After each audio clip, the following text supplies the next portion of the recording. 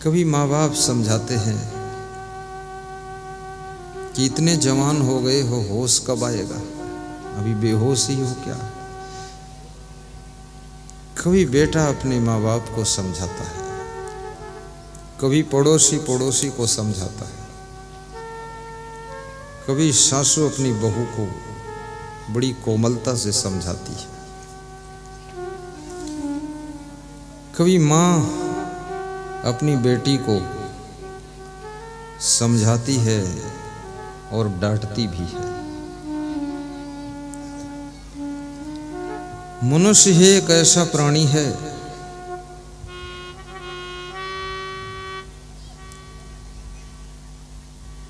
जो रोज किसी न किसी को समझाता है और समझाने वाले को भी कोई समझाता है।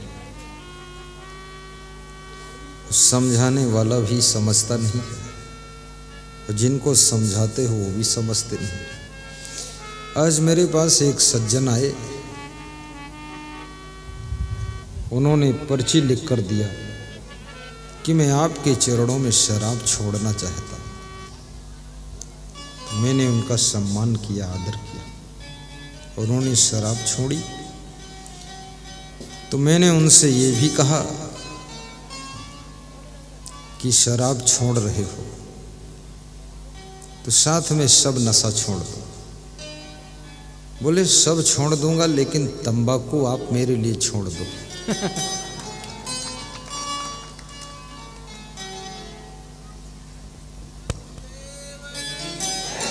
सर्वमेध यज्ञ, आवाज बहुत अच्छी थी, वैसे ठीक है। तंबाकू खाने से कैंसर होता है, तंबाकू पीने से भी कैंसर होता है।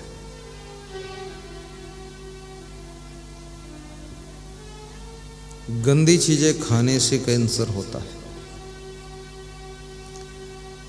दांतों को साफ ना करने से भी कैंसर होता है। ठीक से ना सोने से भी कैंसर होता है। तादाद से ज्यादा जब तुम सोचते हो,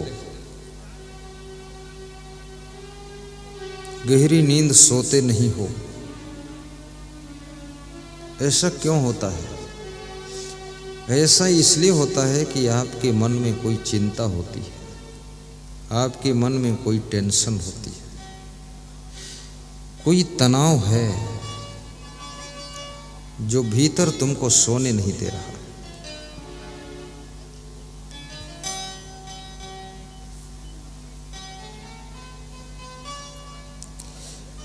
और शास्त्र कहते हैं चिंता से जो बचना चाहता है उसे आत्मज्ञान प्राप्त करना चाहिए। आत्मज्ञान, आत्मा और परमात्मा का जिसको ज्ञान है वो चिंता से मुक्त हो सकता है। बाकी संसार में झमेले तो कभी खत्म होते नहीं हैं। आदमी खत्म हो जाता है और झमेला पर झमेला चलता रहता है। जीवन में केवल 2 दिन मेला लगता है। एक तो जब तुम्हारा विवाह होता है तब मेला लगता है, तो भी सब माल खाने वाले लोग इकट्ठे हो जाते हैं, गुलाब जामुन रसगुल्ला उड़ाते हैं लोग, उस दिन मेला लग जाता है। दूसरा मेला जब तुम्हारी मृत्यु होती है और दफन करने के लिए शमशान घाट की ओर लेकर जब चलते हैं लाश को, तब तुम्हारे पीछे पीछे मेला चलता है। ये 2 दिन मेला है। अरे मन, ये 2 दिन का मेला रहेगा तो बाकी दिन क्या होता है? बाकी दिन सब झमेला रहता है। 2 दिन मेला, बाकी सभी दिन झमेला, झंझट बहुत है। अब इस झंझट, इस उलझन, इस अशांति, इस चिंता, इस टेंशन, इस दुख से कैसे पार हो? तो मैंने बताया आपको कि आत्मा और परमात्मा का बोध होना चाहिए। आत्मा क्या है, परमात्मा क्या है।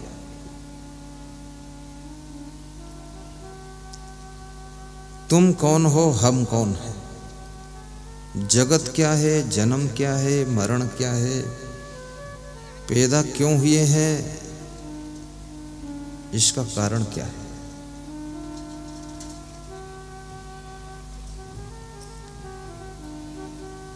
जिंदगी जीने में जब कभी कोई भूल होती है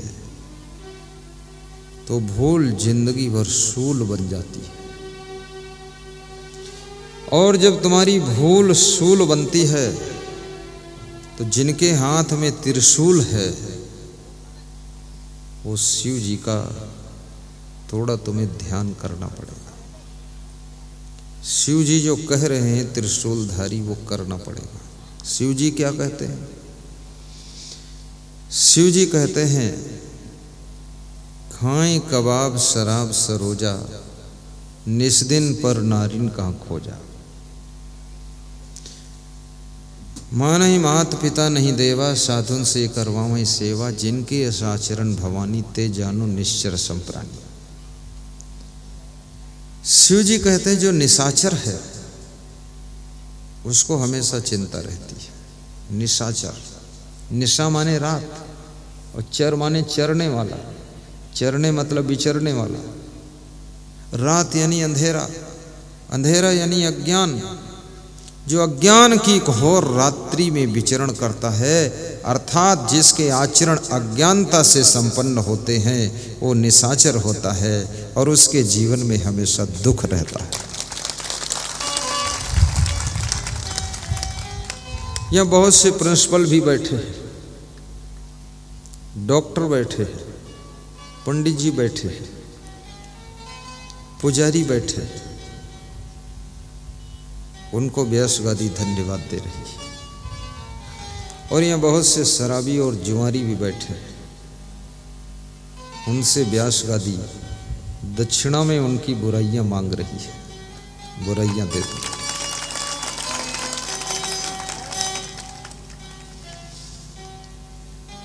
आत्मा का स्वरूप अजर है, अमर है, अखंड है, अविनाशी है।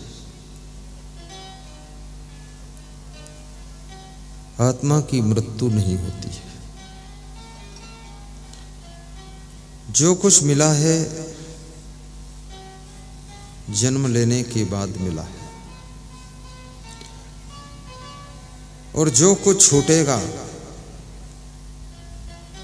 जीवन में छूटना शुरू होगा, मृत्यु के बाद सब छूट जाएगा। विचारक कहते हैं कि मुट्ठी बांध कर तुम आते हो और हाथ पसारे हुए संसार से जाते हो,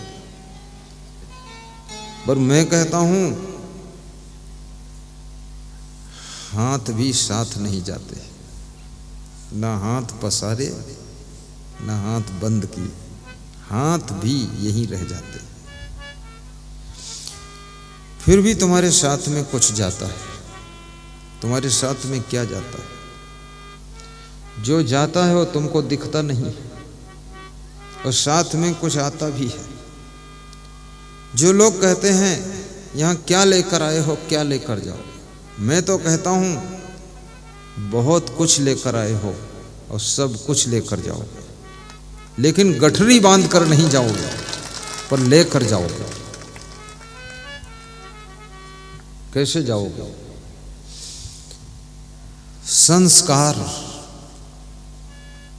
पाप और पुण्य के संस्कार आपके साथ में आते भी हैं और जाते भी हैं।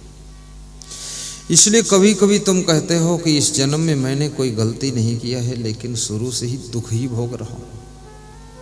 क्यों? क्योंकि पूर्व जन्म के पाप के संस्कार लेकर आए, इसलिए शुरू से ही दुख भोग रहे। वो पूर्व जन्म के कर्म का भुगतान हो रहा है। और कभी कभी तुम ये भी कहते हो कि हमने तो जिंदगी में कुछ किया ही नहीं, लेकिन शुरू से ही सुख प्राप्त कर रहा है। तुम्हारी आत्मा पूर्व जन्म में, किसी जन्म में बहुत अच्छे कर्म कर चुकी है, पुण्य कर चुकी है, धर्म कर चुकी है, इतना दान कर चुकी है कि वो सब पुण्य की गठरी साथ में आई है, उसी का आज तुम आनंद उठा रहे हो।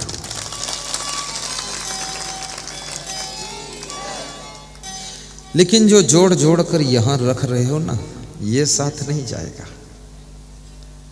जो तुम सोचते हो अपने बेटों के लिए जमा कर देंगे, बेटों के बेटों के लिए जमा कर देंगे, बेटों के लिए अगर जमा करना है तो संस्कार, सभ्यता, शालीनता, सौम्यता की पूंजी उनके पास में जमा करो। अपने बेटों को कितना तुम धन दे दो, यदि अच्छे संस्कार नहीं दिया है तो आपके बेटे अधिक धन पा करके अधिक सत्यानाश हो जाएंगे। खूब शराब पिएंगे, खूब जुआ खेलेंगे और बॉम्बे से हीरोइन बुलाएंगे। फिर राजगढ़ की कोई लेडीज पसंद ही नहीं आई, बॉम्बे वाली पूरा पागल दीवाना बनकर घूमेगा, फिर गीत गाएगा, कोई मुझे दीवाना कहता है, कोई मुझे भैंस कहता है। एक कवि गाता है कि कोई मुझे दीवाना कहता है और कोई पागल कहता है, अब मैं तुझे भैंसा कहता हूँ, बेवकूफ कहीं का। कोई क्यों कहता है, तू होगा ही दीवाना पागल। कोई कहता है, ये भी नहीं पता कौन कहता है, बताते कोई कहता है। तुमको नहीं पता मैं कौन हूं, पागल हूं कि दीवाना हूं कि परवाना हूं कि भैंसा बना घूमता हूं।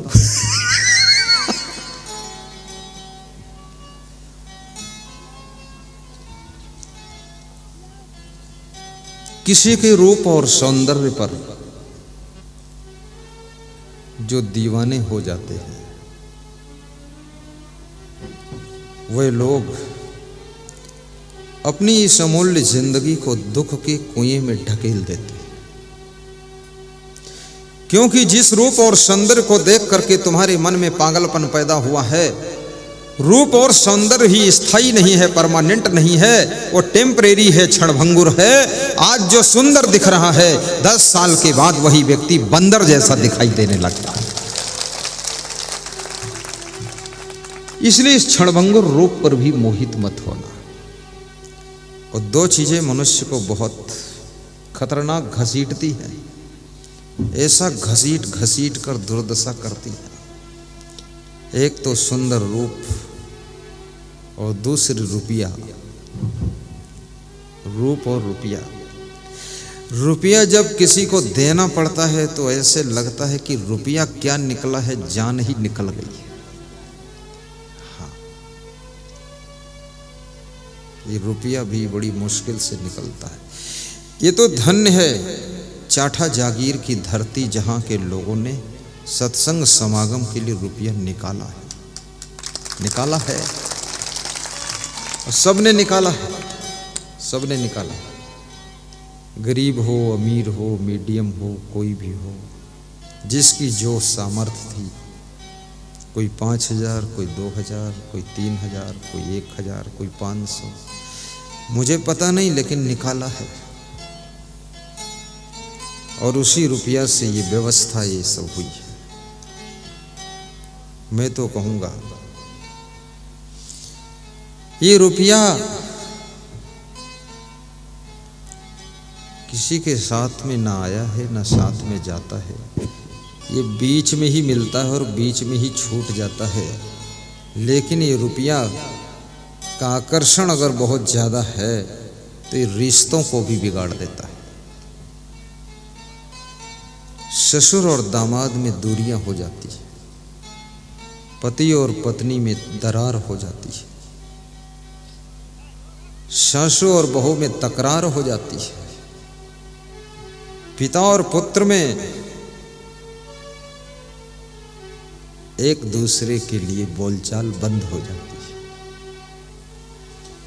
इसलिए पैसे को उतना महत्व मत देना जितना कि आपस के प्रेम को महत्व देना चाहिए।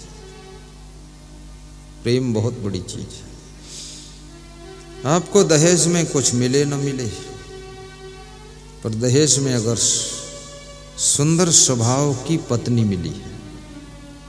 सुंदर स्वभाव, याद रखना मैं क्या कह रहा हूं, सुंदर चेहरा नहीं, सुंदर स्वभाव। और चेहरा भी सुंदर हो तो और अच्छी बात, कोई बात नहीं, पर सुंदर चेहरे की पत्नी हो या सुंदर चेहरे का पति हो, उसको बचाना बहुत पड़ता है, उसके लिए ज्यादा खतरा है। इसलिए थोड़ा बदसूरत हो तो चाहे जहां छोड़ दो, सुरक्षित वापस आ जाएगी।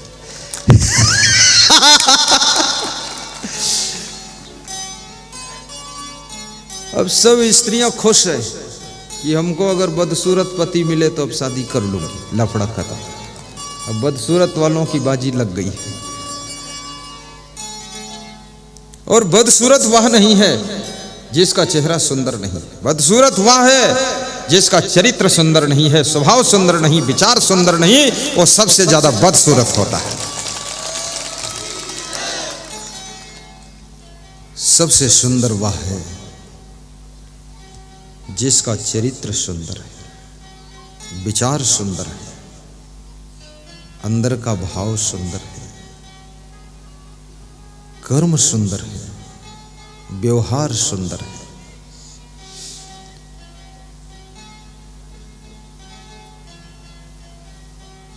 और मैं ये भी निवेदन करूंगा आपसे